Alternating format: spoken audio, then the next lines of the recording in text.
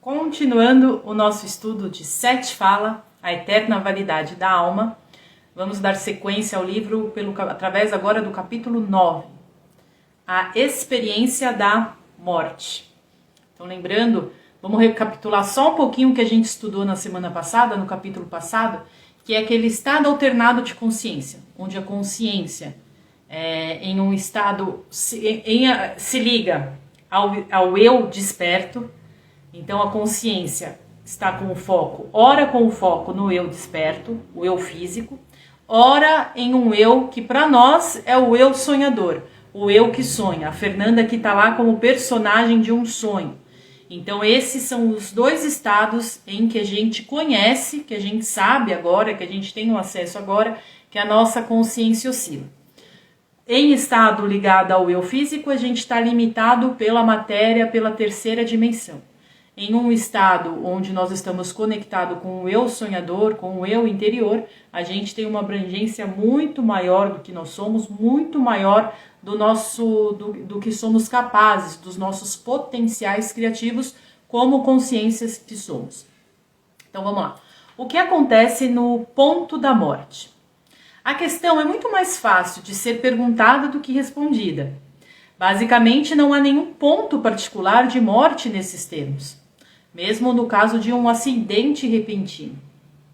O que a pergunta realmente significa para a maioria das pessoas é: o que acontecerá quando eu não mais estiver vivo em termos físicos? Então a gente já sabe que a morte não existe, né? Então quais seriam as perguntas corretas que nós deveríamos nos fazer para entender o assunto? O que eu sentirei? Eu ainda serei eu? As emoções que impeliram minha vida continuarão a fazê-lo? Há um céu ou um inferno? Eu serei saudado por deuses ou demônios, inimigos ou pelos que amo? Mais importante, a questão significa: quando eu estiver morto, eu ainda serei quem sou agora e ainda me lembrarei dos que são-me caros agora? Será que quando a gente morre nesse estado de consciência desapegada, desconectada desse eu físico, será que a gente ainda vai ser essa personalidade que nós experimentamos aqui nessa vida física? Ou não? Ou será que vai virar uma bagunça? Ou eu vou me perder das minhas questões pessoais? Muito pelo contrário, a gente continua sendo quem nós somos. A gente vai ver ao decorrer desse vídeo que nada muda em relação às nossas crenças, em relação ao que a gente acredita ser real ou não, ser possível ou não. Para a gente entender esse aspecto, pessoal, é muito importante que a gente se veja e se entenda como consciência. Quando a gente fala a importância que é a mudança de crenças, a mudanças de valores, de ideais que a gente carrega, de verdades que a gente chama de absolutas ou não, isso que a gente chama aqui de pacote de crenças, forma o que nós somos. Nós somos formados desses pacotes de crença. Então vamos chamar esse pacote de crença de consciência, da nossa consciência. Então eu apago a minha consciência ligada a um corpo físico, acendo a minha consciência em uma outra dimensão, eu não mudo as coisas que eu acredito.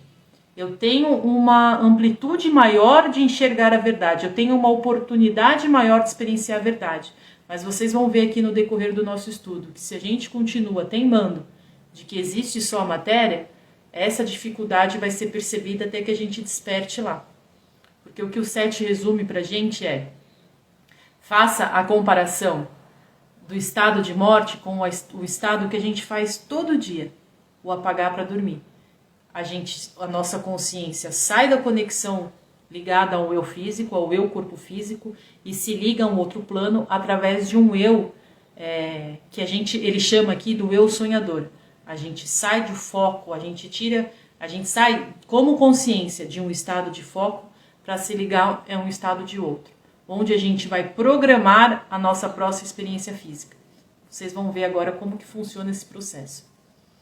Em primeiro lugar, deixe-nos considerar o fato há pouco mencionado.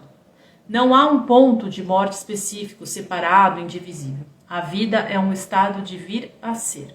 Estamos em constante evolução. E a morte é parte desse processo de vir a ser.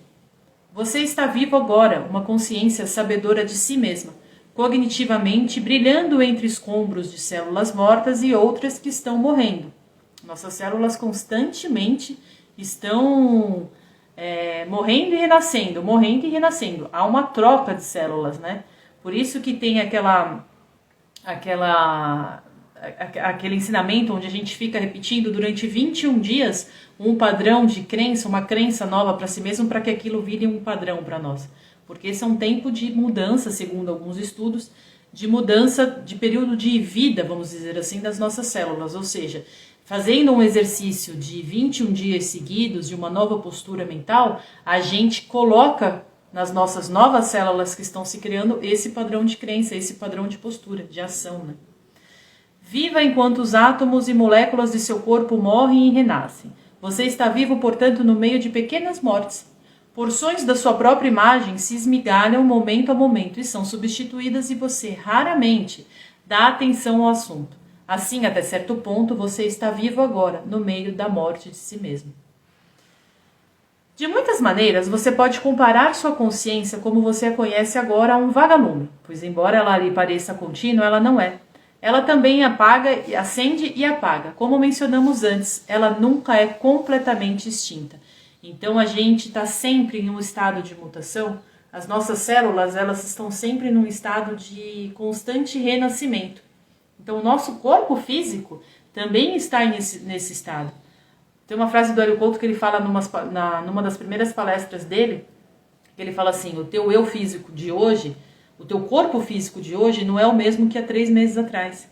Então a gente está em constante mudança, em constante mutação. Porque a nossa consciência, nós como consciência também estamos em constante mudanças. Senão a gente não curaria doenças, porque a gente não renovaria as nossas células. E por isso que quando a gente entende esse padrão, possível a gente mudar fisicamente através das mudanças dos nossos padrões mentais. A gente está alimentando as nossas células, que também têm consciência, com novas ideias e novas formas de criar através de si mesmo. Agora, da mesma forma, os átomos e moléculas existem e estão mortos, inativos dentro de seu sistema, então vivos ou ativos, mas você não pode perceber o momento no qual eles não existem, já que seus corpos e todo o seu universo físico são compostos por átomos e moléculas. Então estou dizendo-lhe que toda a estrutura existe da mesma maneira. Em outras palavras, ela chameja, desligando-se e ligando-se em um certo ritmo, como por assim dizer, o ritmo da respiração. Há ritmos globais e dentro deles uma infinidade de variações individuais, quase como um metabolismo cósmico. Nesses termos, o que você chama de morte é simplesmente a inserção de uma duração mais longa daquela pulsação, da qual você não está ciente. Uma longa pausa naquela outra dimensão, por assim dizer. O que ele está falando aqui? Então a gente está nesse constante, as nossas células estão nesse constante estado de pulsação. Esse milésimo de tempo em que ela apaga, até ela acender novamente, existe um tempo nisso, a gente não tem consciência disso. Ele fala assim, é o nosso estado de morte, a gente apaga aqui, fica um tempo e cria uma nova vida, e cria como as células se criam e se recriam. Ele faz uma comparação para que a gente entenda. A morte, digamos, do tecido físico é meramente uma parte do processo da vida, como você a conhece em seu sistema, ou seja, é só um processo do que a gente está habituado, mesmo que sem consciência dele. Uma parte do processo do vir a ser. E a partir desses tecidos, como você conhece, nova vida florescerá. Como mencionado anteriormente, tudo durante toda a sua vida, porções daquele corpo morrem. E o corpo que você tem agora não contém uma partícula da matéria física que teve, digamos, 10 anos atrás. O nosso corpo físico em si não é o mesmo. Não tem uma molécula que seja a mesma do nosso corpo físico de 10 anos atrás. Seu corpo é completamente diferente agora. Então, do que era há 10 anos atrás. O corpo que você tinha há 10 anos atrás, meus caros leitores, está morto. Ainda, obviamente, você não sente que está morto e você é bastante capaz de ler esse livro com os olhos que são compostos completamente de nova matéria. Isso é fantástico. Quando a gente põe atenção nisso, que a gente entende que vamos falar aqui do corpo físico, tá? Se a gente quiser alcançar uma mudança no nosso corpo físico, basta a gente mentalizar dentro de uma constância e dentro de um padrão emocional em que a gente já vive aquela mudança acontecendo, que isso vai acontecer, porque nós estamos constantemente trocando da nossa matéria, trocando as nossas células, as nossas moléculas. É isso que acontece quando a gente morre, a gente troca de experiência, a gente troca de vida. A consciência tem que usar suas habilidades. O enfado e estagnação de um céu estereotipado não será por longo tempo conteúdo para o esforço da consciência. Vamos lá. Deixa eu ver se ele já falou do exemplo que ele cita, não. Então ele fala assim, quando a gente vai passar para o estado da morte, cada um vai ter a sua própria interpretação. Uns vão para o céu, para descansar em paz, né? Para descansar na eternidade. E olha o que ele fala aqui, ó. A consciência tem que usar suas habilidades. Consciência não quer ficar estagnada, não quer ficar parada, porque energia não fica parada. O enfado e estagnação de um céu estereotipado não será por longo tempo conteúdo para esforço da consciência. Eu, como consciência, criar um plano de experiência de vida onde nada acontece, tá tudo tranquilo, eu tô descansando, uma hora eu falo, não, chega, eu preciso criar mais coisas, eu preciso criar desafios para mim mesmo.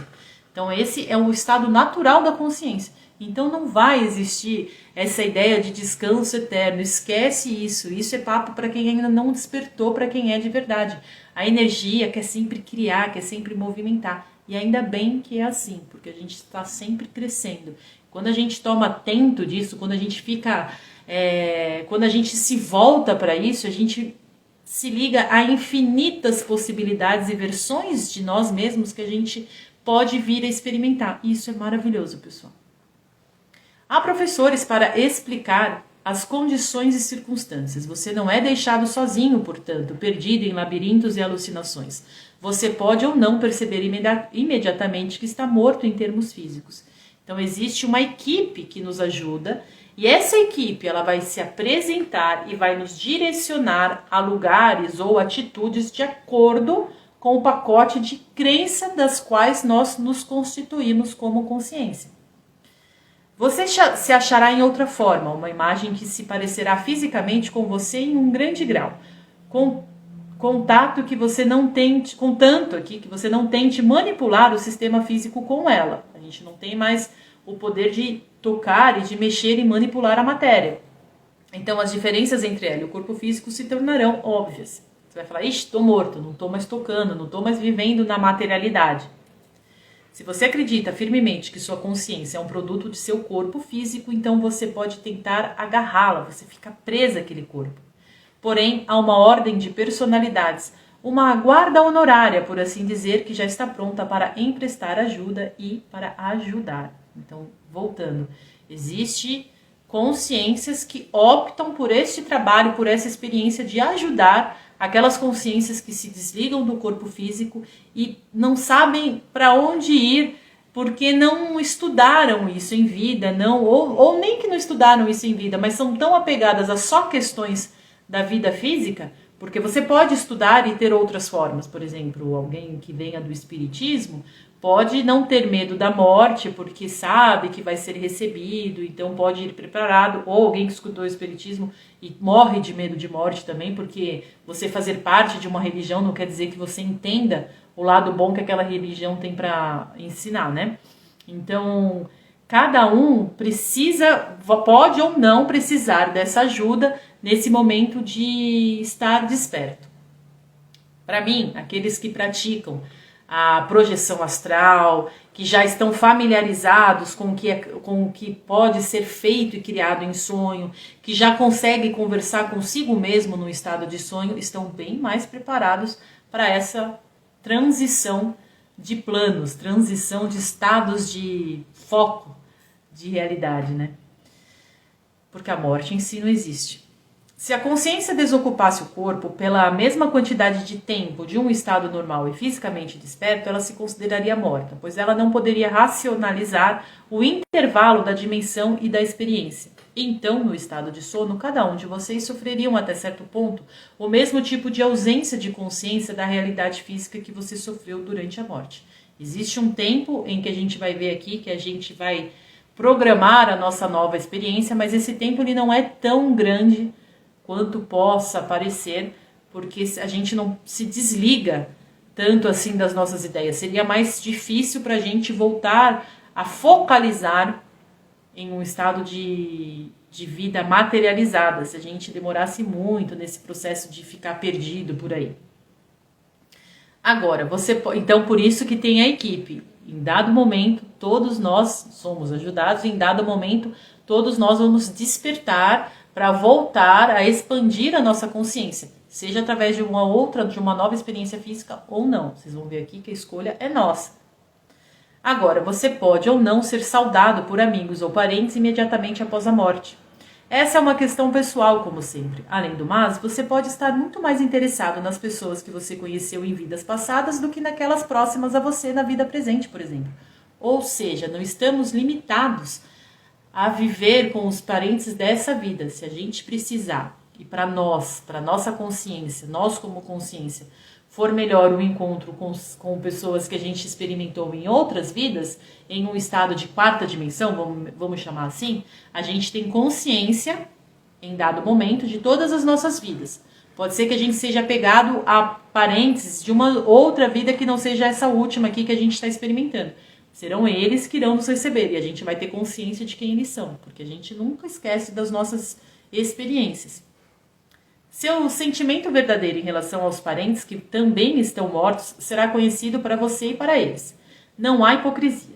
Você não finge amar um pai que fez pouco para ganhar seu respeito ou amor. A telepatia opera sem distorção nesse período de pós-morte. Assim, você tem que lidar com as relações verdadeiras que existem entre você e todos os parentes e amigos que esperam por você. A telepatia ela é automática, então não adianta disfarçar sentimento, porque nesse estado de pós-morte não existe a maquiagem física que existe aqui. Por isso, lidar com os nossos sentimentos enquanto estivermos nesse estado de consciência ligada ao corpo físico, para nós é melhor, porque aí a gente tem menos trabalho lá quando a gente estiver no estado de pós-morte. Perdão, pessoal, vamos trabalhar o perdão aí. Se você aceita ou não motivos inferiores em si mesmo ou aprende com eles, ainda é com você. Porém, as oportunidades para o crescimento e desenvolvimento são muito mais ricas e os métodos de aprendizado à sua disposição são muito mais efetivos. Você examina o tecido da existência que você deixou e aprende a entender como suas experiências foram o resultado de seus próprios pensamentos e emoções e quanto eles afetaram os outros.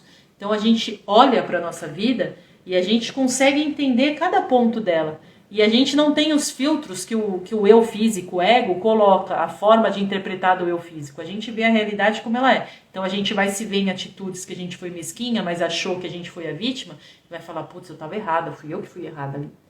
Então quanto menos bagagem a gente tiver para refazer lá, porque a gente vai se arrepender, né? Mais uma vida mais clean a gente consegue programar. Porque a gente tem consciência, não tem ego para disfarçar. Se a gente errou, a gente vai ver que a gente errou.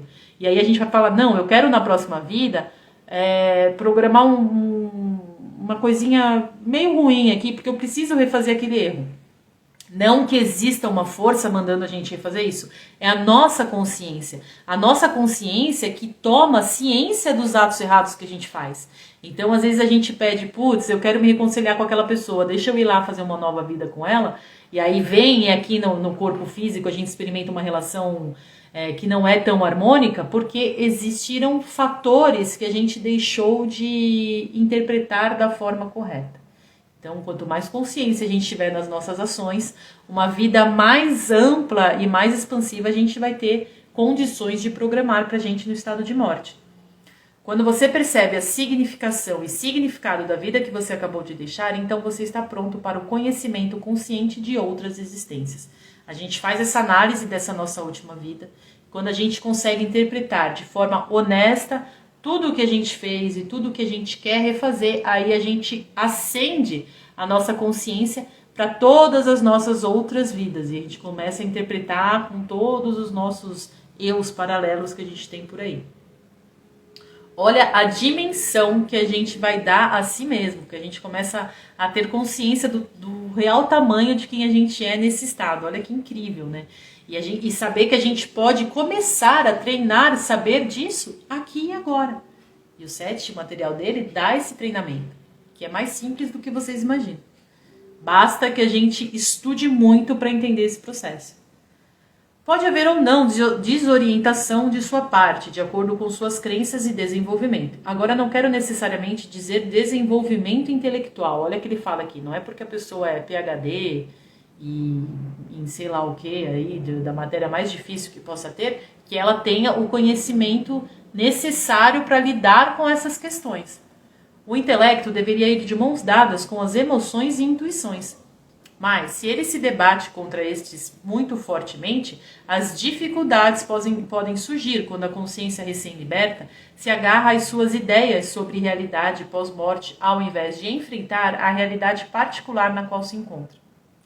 Em outras palavras, ela pode negar o sentimento e até mesmo tentar discutir sua presente independência do corpo. Ela não consegue se ver como uma consciência, como uma energia. Ela fica presa, enraizada à última vida física que teve, por mais inteligente que possa parecer. Se a gente não fizer o trabalho de entender quem nós somos, de nos ligar ao nosso eu interior, de trabalhar a nossa emoção, de trabalhar a nossa intuição, a gente também fica perdido aí pelo meio do caminho. Certas imagens foram usadas para simbolizar... aí ele fala aqui de um tipo de crenças. E é muito engraçado aqui quando a gente vê o quão importante é as crenças dos povos, as crenças das civilizações em relação a esse processo de pós-morte. Ele usa aqui o exemplo do rio Styx, que é aquela, não sei se é assim que pronuncia, tá? Mas que é aquele rio do Hades, né? Que é aquela passagem, a gente vê em alguns filmes, que é a passagem do mundo dos vivos para o mundo dos mortos. Ele coloca aqui, quer ver? Ó? Certas imagens foram usadas para simbolizar tal transição de uma existência para outra, e muitas dessas são extremamente valiosas, pois proporcionaram uma estrutura de referências compreensível. Ou seja, através de certos contos, dá para a gente entender legal, mais ou menos, como funciona. O cruzar do rio Styx é uma delas. Os que estão morrendo esperam que certos procedimentos ocorram mais ou menos numa ordem conhecida. Os mapas foram previamente conhecidos. O que ele quer dizer aqui? A gente, em um estado de consciência ligada ao eu físico, a gente tem os nossos dogmas, as nossas crenças. Os povos têm os seus dogmas e suas crenças. E a gente tem meio que pré-concebido, já meio que pré-aceito, o que vai acontecer com a gente após a nossa morte. E aí são essas crenças que vão se manifestar para cada consciência que tiver nesse processo. Não quer dizer que é a realidade, muito pelo contrário, é apenas uma forma para que essa consciência não fique perdida e não fique com medo de saber para onde ela vai. Ela apenas consegue usar de figuras que para ela são figuras familiares, porque ela tem aquela crença aqui enquanto eu físico, para que ela consiga percorrer o caminho e receber a ajuda desses seres, dessas consciências que têm esse propósito de ajudar. Deixa eu ver se é aqui que ele fala o... Não, ainda não. Ele cita um exemplo que ele fez isso uma vez, o 7. Vamos lá. Isso não é para dizer que tal rio é uma ilusão. O símbolo é real, você o vê. Então, pra gente, vamos supor que a gente acredita que vai ter esse rio. Essa passagem dos mundos dos mundos dos vivos para o mundo dos mortos. Não quer dizer que ele é uma ilusão. Pra gente, como consciência que acredita naquilo, ele vai ser super real. O caminho foi planejado. Agora, aquele mapa particular, aquele sistema de crença, não é mais usado. Os vivos não sabem como lê-lo. O cristianismo acreditou num céu e num inferno, num purgatório, e os consideraram, assim, na morte para esses que acreditam nesses símbolos. Outra cerimônia ordenada, e os guias assumem os disfarces dessas amadas figuras de santos, cristãos e heróis. Para os budistas, será, quando eles fizerem essa passagem, vai ser uma outra versão que vai se apresentar.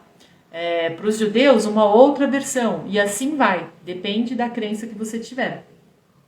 Então, com isto como uma estrutura, e em termos que eles podem entender, contam a verdadeira situação para tais indivíduos.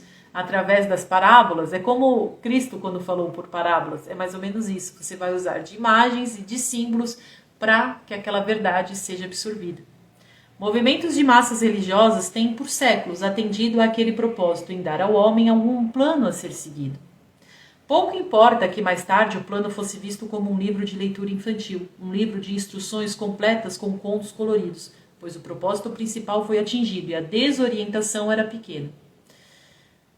O Hélio Couto fala isso, que se tira a evolução de um povo quando se mexe nas crenças dele. Ele cita os povos indígenas que foram totalmente dizimados e destruídos, e as suas crenças foram totalmente jogadas às traças. E aí você chega para um povo e fala, não, nada disso que você acredita existe. Olha, a minha verdade é que existe. É óbvio que aquele ser vai ficar extremamente confuso. Então ele fala, você enfraquece um povo quando você mexe nas crenças dele. Por quê? Porque nós somos consciências que estamos aprendendo a lidar com o nosso pacote de crença. E nós estamos constantemente mudando de ideias, mudando de crenças. Porque a gente está aprendendo a criar com as nossas emoções e os nossos pensamentos. Esse é o nosso processo. Esse é o processo mais importante que a gente deveria focar, olhar para si mesmo e aprender a lidar com ele para manuseá-lo ele de uma forma consciente.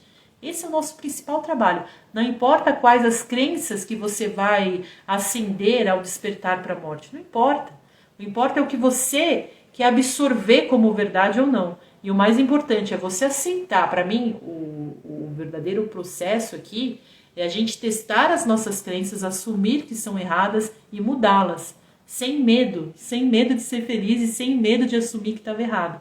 Para mim, essa é a maior estado de alegria que uma consciência pode vir a experimentar aqui no planeta Terra. É você não estar preso a dogma nenhum, você não estar preso a ideias nenhuma, porque a gente está em um constante aprendizado de si mesmo. Então, quem se coloca para ser um buscador nesse sentido, para, mudar de opinião, sabe, tipo, não julgar o outro, entender que a nossa verdade não é absoluta, isso nos abre para um conhecimento de nós mesmos, que a gente está aprendendo a vir a ser.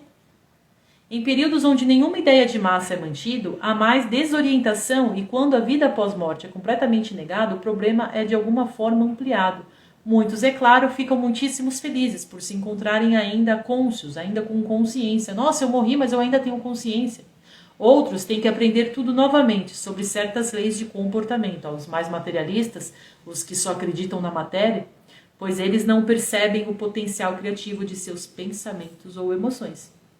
Então, quanto mais a gente olhar para as nossas crenças, mais a gente vai entender os processos que a gente vai passar quando morrer. A gente não precisa temer.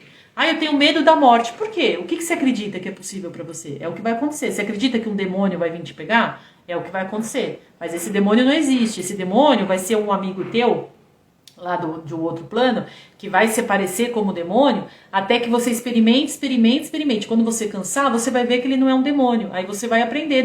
Cada um escolhe a forma como quer aprender, como quer chegar na verdade de si mesmo.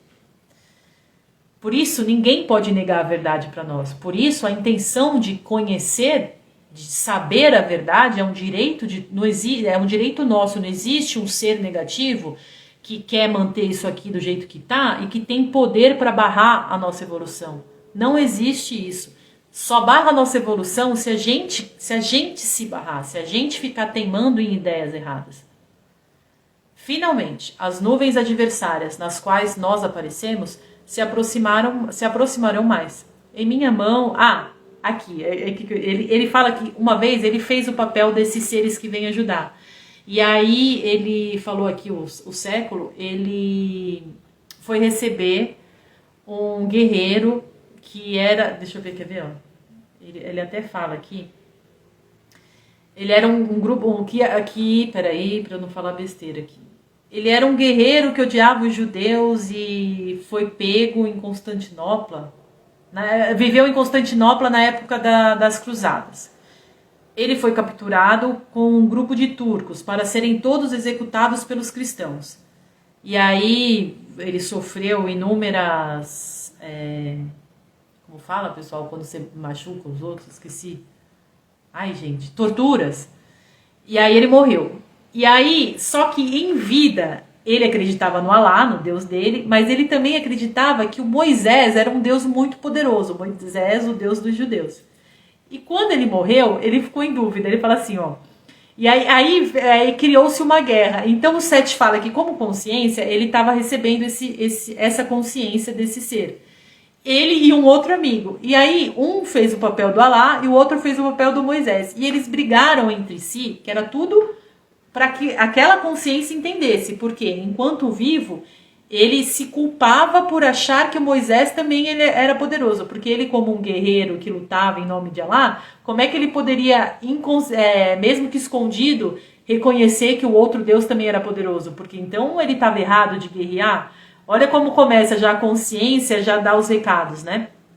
E aí o Sete, o outro amigo, um era Alá, o outro era Moisés, eles fingiram uma guerra, depois vocês leiam o livro. Eles fingiram uma guerra nos céus para ver quem que ficaria com aquele guerreiro super especial que era aquele eu que tinha acabado de desencarnar. E aí ele vê, deixa eu ver se ele fala aqui. Aí olha como eles finalizaram. Ó. Finalmente as nuvens adversárias nas quais nós aparecemos se aproximaram. Eles estavam lá, cada um na sua nuvem guerreando. E o cara que tinha acabado de desencarnar estava lá desesperado. Ai meu Deus, o que vai acontecer comigo? Em minha mão eu segurava uma tábua que dizia, tu não matarás. Alá segurava uma espada. Conforme nos aproximávamos, trocamos esses itens e nossos seguidos se fundiram. Ficamos juntos, formando a imagem de um sol e dissemos, nós somos um. Olha o que, por conta daquela consciência, acreditar nesse pacote de crenças, de que ele tinha que defender Alá e tinha que atacar o povo que era contra Alá, os seres que vieram receber aquela consciência tiveram que criar todo esse teatro, toda essa historinha, para que ele entendesse, não existe a dualidade, todos somos um. As duas ideias diametralmente opostas tiveram que se fundir, ou o homem não teria tido paz, e apenas quando essas oposições foram unidas, nós poderíamos começar a explicá-lo sua situação. E aí ele pôde ser introduzido ao estudo da verdade. Olha como é fantástico esse mecanismo. Então, assim, vai acontecer com você no seu estado de pós-morte aquilo que você acreditar. Em primeiro lugar, deveria ser óbvio do que eu disse que há nenhuma realidade pós-morte, mas que cada experiência é diferente.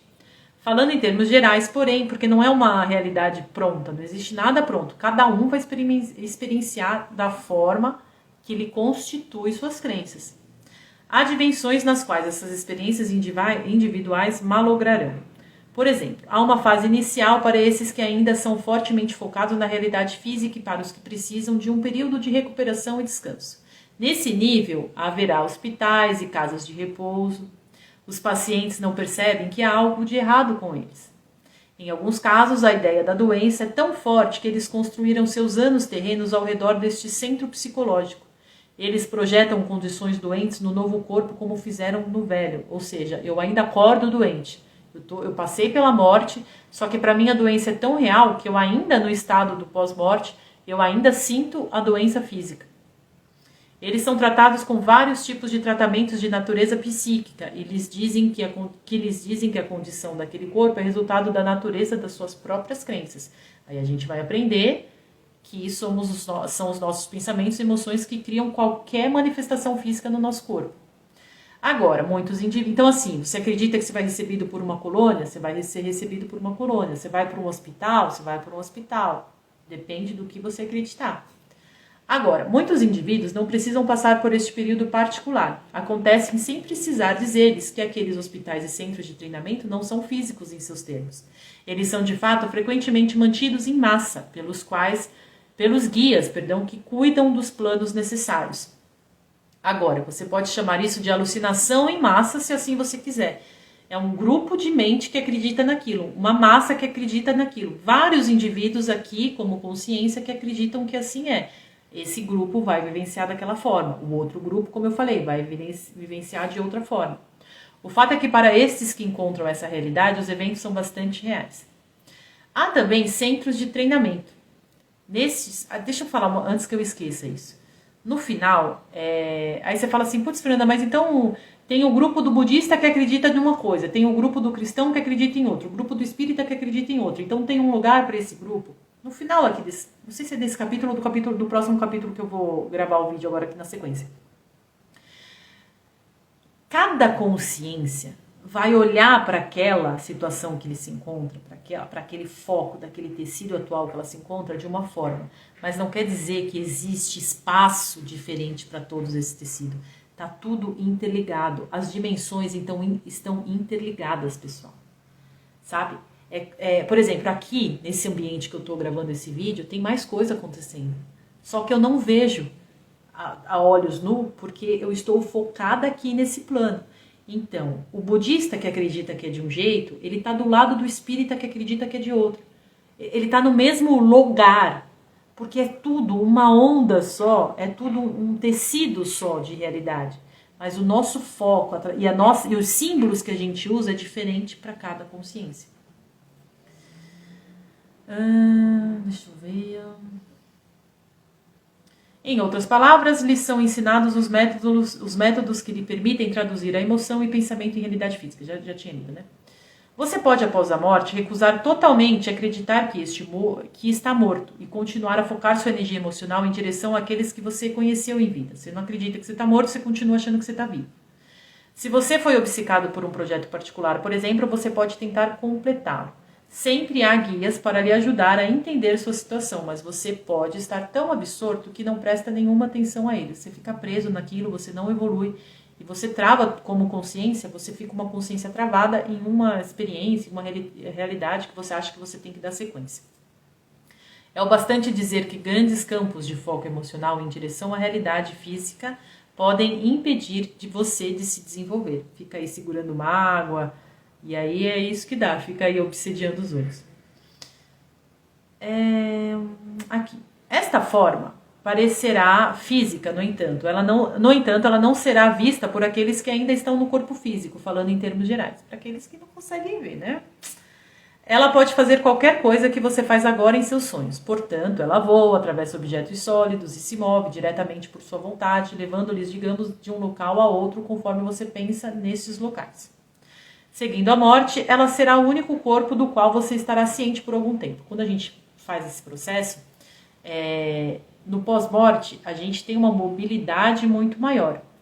Só que ideias e pensamentos e emoções, que é o que nós nos constituímos como consciência, precisa de um corpo físico para que isso tudo precisa de um corpo para que tudo isso fique aglomerado. Então, no estado de pós-morte, a gente ainda vai continuar se vendo com o último corpo que nós tivemos. Alguns vão se ver crianças, outros mais maduros, mas a gente é que vai escolher o melhor período para a gente de vida e que a gente se familiarize mais, que traga uma sensação melhor para nós e a gente vai continuar se vendo com esse corpo, tá? Seguindo a morte, ele será o único corpo no qual você estará ciente por algum tempo. Muito posteriormente, em muitos níveis, você finalmente aprenderá a assumir muitas formas conforme você escolher conscientemente. Ele fala aqui, você pode morrer aos 80 anos e após a morte pensar na mocidade. A maioria dos indivíduos após a morte escolhe uma imagem mais madura, que normalmente corresponde ao ápice das suas habilidades físicas, ou aqueles que optam pelo ápice das suas habilidades emocionais. Vai de cada um. Deixa eu ver. Aqui, é nesse aqui que ele fala do espaço. Vamos só finalizar aqui. Esses ambientes pós-morte não existem necessariamente em outros planetas. Eles não ocupam espaço, respondendo à questão onde tudo isso acontece. Mas eu vou para o planeta tal, eu vou para a dimensão tal, blá blá blá. Essa questão não tem sentido em termos básicos. Isso é o resultado de suas más interpretações da natureza da realidade. Não há, portanto, um lugar, nenhum local específico. Não há um espaço físico, como a gente imagina. Com seus mecanismos perceptivos insistem que os objetos são sólidos, por exemplo, então eles insistem que tal coisa como o espaço existe. Agora, o que seus sentidos lhe falam sobre a natureza do assunto é inteiramente errônea, e o que lhes falam sobre espaço é igualmente errado. Errado em termos de realidade básica, mas exato ao manter o curso dos conceitos tridimensionais. Então a gente ainda precisa lidar com o fato de estarmos em um espaço físico. Então tudo isso, toda essa experiência pós-morte vai parecer para nós ainda um espaço em um local. Mas como eu falei, são diversas lentes olhando para o mesmo espaço. Porque na verdade em si Só existe o que a nossa consciência vem criando, que é o que a gente consegue perceber como realidade. Então, como a gente ainda precisa percebe a realidade como tendo um espaço, tal, a gente tem toda essa experiência do pós-morte. Aumentando nossa consciência, expandindo os nossos conhecimentos, aceitando novas ideias, claro que nossas experiências vão mudar. Acredito eu que a gente vai ter esse processo de troca de vida física de uma forma muito mais fácil, como quem dorme e acorda no dia seguinte. E isso pra gente vai ser de uma forma muito mais consciente e muito mais dinâmica, que nos traz muito mais alegria e entusiasmos, porque a gente vai ver que não existe fim de nada, a gente continua consciente das milhões de personalidades que a gente vem experimentando e que a gente cria as nossas ideias e os nossos universos de acordo com o que a gente tem atribuído como crença, como verdade, como ser possível ou não. Então, para mim, experimentar isso tira um peso das nossas costas, porque a gente vê que a gente pode treinar o que a gente quer experimentar aqui e agora, vivos. A gente não precisa ter meia morte, porque a gente tem essa experiência de ter a certeza de que não acaba, de que ter a certeza de que mesmo que a gente ainda não saiba ao certo o que vai acontecer, a gente vai ser guiado por amigos, por consciências que estão mais expandidas e que vão nos guiar. Porque, pessoal, todos nós somos um. Tudo faz parte de um grande tecido de vida. Então a gente não tem que temer nada. A gente não precisa ficar triste com a morte de ninguém. Claro que a saudade existe, vai existir, mas com conhecimento, ligados à verdade, as experiências passam a nos trazer entusiasmos e alegria. E o medo vai ficando cada vez mais um sentimento distante do nosso ser, porque a gente sabe que o mal não existe, é apenas uma ilusão que a gente resolveu acreditar. E a gente vai esmiuçar um pouquinho mais sobre isso nos próximos capítulos também. Obrigada.